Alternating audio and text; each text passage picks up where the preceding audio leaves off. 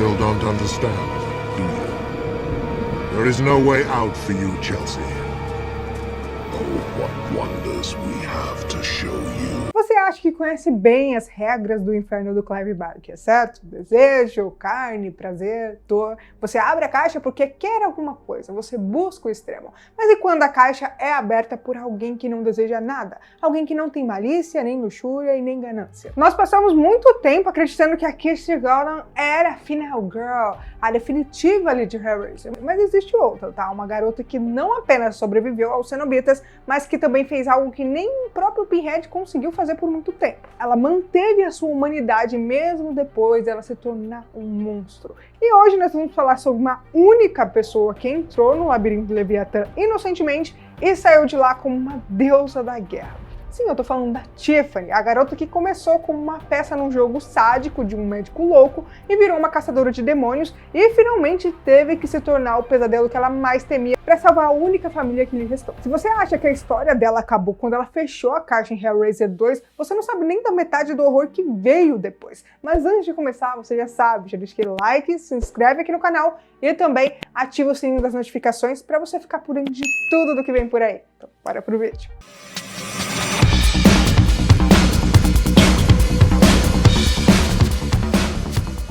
E aí pessoal, tudo bem com vocês? Se você não me conhece e acabou de chegar aqui no canal, bem-vindos! Eu sou a Tayla Moitinho e hoje a gente vai descer até as profundezas do inferno de Hellraiser para resgatar uma personagem que muita gente esqueceu, mas que tem uma história muito fascinante e marcante na franquia expandida. Eu tô falando de Hellbound Hellraiser 2. Para muitos fãs, a Tiffany é apenas uma garotinha muda, autista que o Dr. Shannard usou como ferramenta. Mas a história dela é o coração trágico da saga. Pensa comigo, ela é apresentada como uma paciente no Instituto Shannard, uma criança sem nome que começa a se chamar Tiffany, que foi um nome dado por uma enfermeira porque ela nunca falou, e o único refúgio dela eram os quebra-cabeças. E é aqui que entra o problema que a gente vai analisar hoje. O Dr. Shannard, aquele psicopata disfarçado de psiquiatra, descobriu que a mente da Tiffany funcionava de um jeito diferente e ela tinha uma aptidão sobrenatural para padrões e lógica. Ele sabia que não ia conseguir abrir a configuração do lamento sozinho, então ele sabia que faltava ali uma mente certa para isso.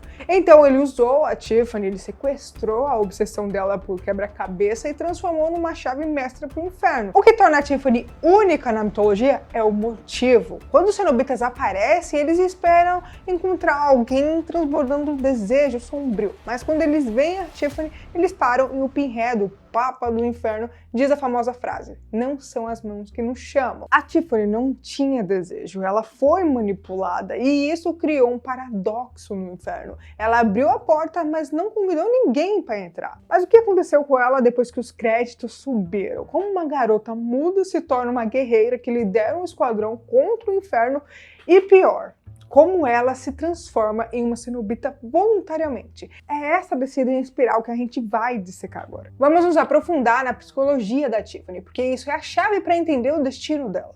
A vida dessa menina foi marcada por exploração desde o primeiro dia, o dia 1. A mãe dela, preocupada pela obsessão da filha por quebra-cabeças, procurou o Dr. Shannard, mas mal ela sabia que estava entregando a filha dela para um monstro pior do que o demônio. O Shannard matou a mãe da Tiffany na frente dela, ou pelo menos criou as circunstâncias para acontecer isso. E isso foi apenas para aprofundar o trauma e o silêncio da garota. Ele precisava que ela estivesse isolada, ele precisava que a única conexão dela com a realidade fossem os quebra-cabeças. Quando a Tiffany entra no labirinto do Leviatã em Hellraiser 2, o inferno projeta os medos dela. E qual é o inferno pessoal da Tiffany? Não é dor física, é um parque de diversões distorcido, um eco da infância que foi roubada dela. Mas aqui está o pulo do gato que diferencia a Tiffany das outras vítimas de filmes de terror.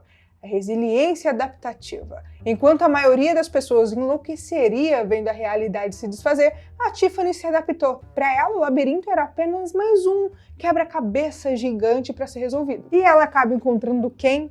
a Kirsty Connell, não apenas como aliada, mas como uma figura materna, uma âncora. A conexão das duas é o que permite que elas sobrevivam ali. E no clímax do filme, a Tiffany tem que fazer a coisa mais difícil de todas, resolver a caixa novamente, mas agora ao contrário, para fechar a porta. Ela enfrenta o Shannon de Cenobita, a manifestação física dele, e com a ajuda da Kirsty, ela consegue vencer. Elas escapam, a Tiffany joga a caixa fora, e aqui é o fim? Não.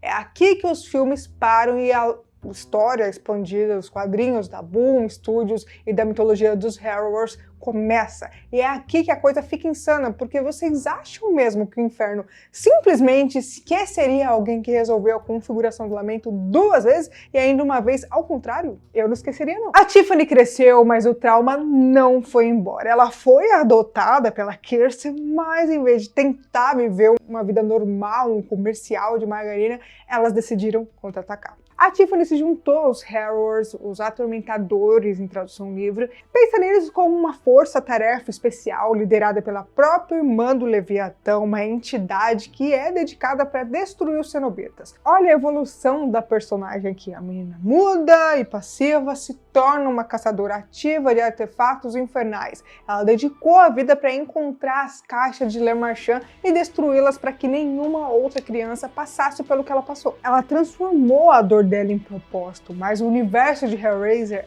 é cruel. Ter um propósito não te protege de ter um destino trágico. Agora se preparem, porque essa é a parte que vai explodir a cabeça de quem só viu os filmes. Na saga dos quadrinhos, acontece uma reviravolta gigantesca. O Pinhead, sim, o líder dos cenobitas, se cansa de servir o Leviatã. E ele quer mais, ele quer ser o Deus. Mas para conseguir isso, ele precisa de algo impensável.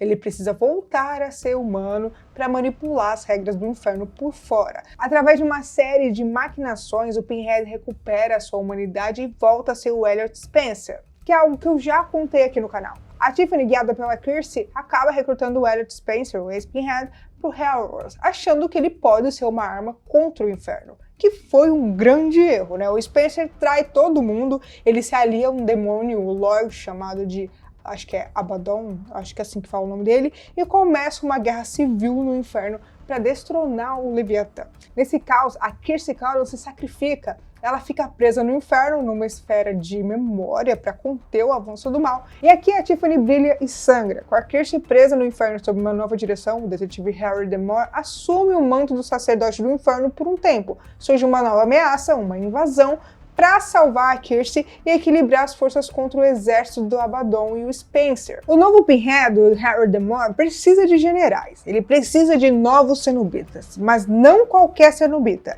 Ele precisa de alguém que entenda o inferno, mas que lute pela humanidade. A Tiffany se voluntaria. Isso mesmo, ela escolhe se tornar uma cenobita. Não por prazer, não por dor, mas por sacrifício. É o ato final de amor pela Kirsty que ela considera como mãe, e também do desafio contra as forças que destruíram a vida dela.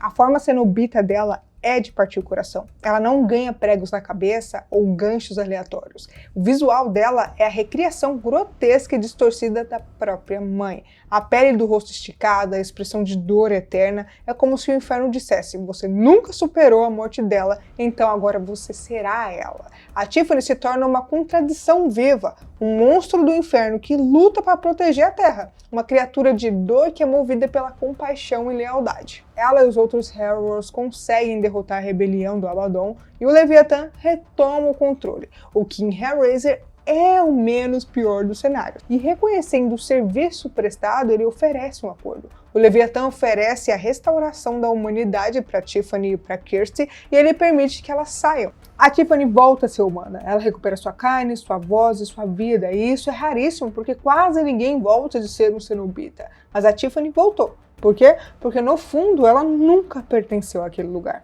Mesmo coberta de cicatrizes e couro preto, a mente dela, aquela mente brilhante que resolvia os quebra-cabeças em silêncio, sempre foi livre. A história da Tiffany é talvez a única coisa próxima de um final feliz que existe em Hellraiser. Ela nos ensina que o verdadeiro poder não está em invocar demônios ou controlar correntes. Está na resiliência, A Tiffany começou como uma vítima perfeita, muda, isolada, traumatizada, mas ela terminou como uma mulher que olhou nos olhos do diabo, vestiu a pele dele pra vencê-lo em seu próprio jogo e depois atirou como se fosse uma roupa velha. E ela provou que a vontade humana é mais forte do que qualquer configuração do lamento. O inferno tentou quebrar ela usando o silêncio, tentou quebrar ela usando a mãe, tentou quebrar ela transformando ela em um monstro e falhou em todas as tentativas. A Tiffany é a prova viva que mesmo quando você tá no fundo do poço, cercado por monstros, você ainda pode resolver o enigma e encontrar uma saída. E você sabia dessa fase cenobito da Tiffany? O que você acha mais assustador aqui? Os monstros que vêm de fora ou os humanos, como o Dr. Shannard, que abre a porta para eles? Me conta aqui nos comentários. E se você curtiu esse vídeo, deixa aquele like, se inscreve aqui no canal e também ativa o sininho das notificações para você não perder nada do que vem por aí. E olha, quer dar aquela força extra aqui pro canal? Vira membro, além de você ter um selo especial nos comentários e lives, você não pode aparecer aqui nos próximos vídeos e você ainda assiste tudo em primeira mão aqui no canal. E olha, não sai daí porque tem mais conteúdo insano esperando por você. É só clicar no vídeo que vai estar aparecendo aí na tela agora. Bom, por hoje é isso. Um grande abraço e até o próximo vídeo.